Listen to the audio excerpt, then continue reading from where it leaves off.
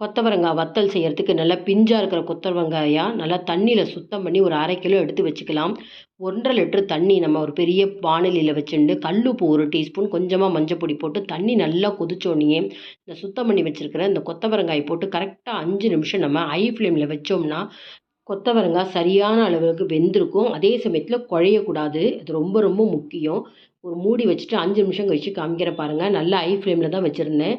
நிறம் மாறி இருக்குது. ஆனால் தனித்தனியாக பிரிஞ்சு போகாமல் இருக்குது. இப்போ அடுப்பை நிறுத்திட்டு இன்னொரு 5 நிமிஷம் இந்த கொதிக்கிற தண்ணியிலே இருக்கட்டும். 5 நிமிஷம் கழிச்சு சூடாக தான் இருக்குது. இந்த முதல்ல நம்ம வடிகட்டியால் அந்த கொத்தவரங்காயில் இருக்க தண்ணியை முழுக்க வடிச்சிடணும். இந்த மாதிரி எடுத்து வச்சிடலாம். சூடும் நல்லாவே ஆறி இருக்கணும். ரூம் டெம்பரேச்சர் வர வரைக்கும் கொஞ்சம் வெயிட் பண்ணலாம்.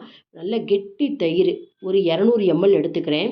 கொஞ்சம் கூட திப்பியாக இல்லாமல் ஒரு விஸ்க் இல்லைனா மத்து வச்சு நல்லா அந்த தயிரை கடைஞ்சிக்கணும்.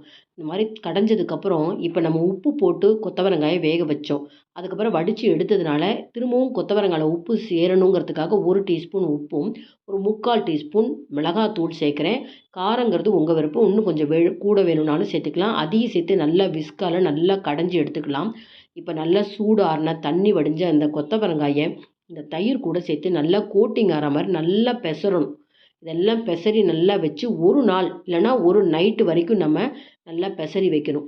இந்த மாதிரி பெசரி வச்சு மறுநாள் பார்த்திங்கன்னா கீழே கொஞ்சம் தயிர் இருக்கத்தான் இருக்கும். அதை நம்ம வெயிலில் காய வச்சு சுண்ட வைக்கலாம். இப்போ மறுநாள் திரும்பவும் நல்லா தயிரெல்லாம் கிளறிட்டு கையை சுத்தம் பண்ணிவிட்டு கையால் நல்லா தயிரை வடிச்சிட்டு ஒரு தாம்பாளத்தில் அப்படி உதுத்து விட்டா மாதிரி நம்ம காய வைக்கணும். ஒன்றோட ஒன்று ஒட்டாமல் நல்லா பரவலாக நம்ம காய வச்சிடணும். அந்த மீதி இருக்கிற தயிரை நம்ம ரொம்ப புளிக்க வைக்காமல் முடிஞ்சால் மூடி ஃப்ரிட்ஜில் வச்சுடலாம். சாயங்காலம் வரைக்கும் நம்ம இதை காய வைக்கணும். இப்போ சாயங்காலம் எப்படி இருக்குன்றதை நீங்கள் காமிக்கிறேன். சாயங்காலம் ஓரளவுக்கு காஞ்சிருக்கு. இப்போ திரும்பவும் அதே தயிர்லேயே நம்ம இந்த கொத்தவரங்காயை எடுத்து போடணும்.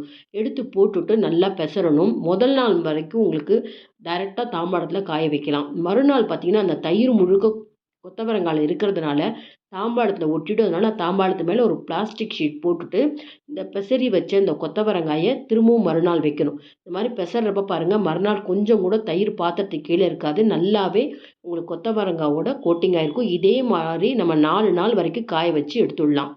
இப்போ 4 நாள் நான் காய வச்சப்பறம் இந்த கொத்தவரை வத்தல் காமிக்கிற பாருங்கள். தனியாகவும் நீங்கள் பொரித்து சாப்பாட்டுக்கு சைட் டிஷ்ஷாக வச்சு சாப்பிட்லாம். நான் இதை என்ன பண்ணியிருக்கேன் தஞ்சாவூர் வத்த குழம்புன்னு சொல்லிட்டு இது கூட மணத்தக்காளி வத்தல் சுண்ட வத்தல் எல்லாமே சேர்த்து வத்த குழம்பா செஞ்சுருக்கேன். ரொம்ப நல்லாயிருக்கும். 10 நாள் வரைக்கும் தாராளமாக நீங்கள் ஸ்டோர் பண்ணி வச்சு சாப்பிட்லாம். அவ்வளோ டேஸ்ட்டாக இருக்கும். இதனுடைய வீடியோடைய லிங்க் உங்களுக்கு டிஸ்கிரிப்ஷன் பாக்ஸில் தரேன். கண்டிப்பாக நீங்கள் ஃபுல் வீடியோவும் பாருங்கள். இந்த வீடியோ பிடிச்சிருந்தால் லைக்ஸ் கொடுங்க. மறக்காமல் என்னோடய சேனலுக்கு சப்ஸ்கிரைப் பண்ணுங்கள்.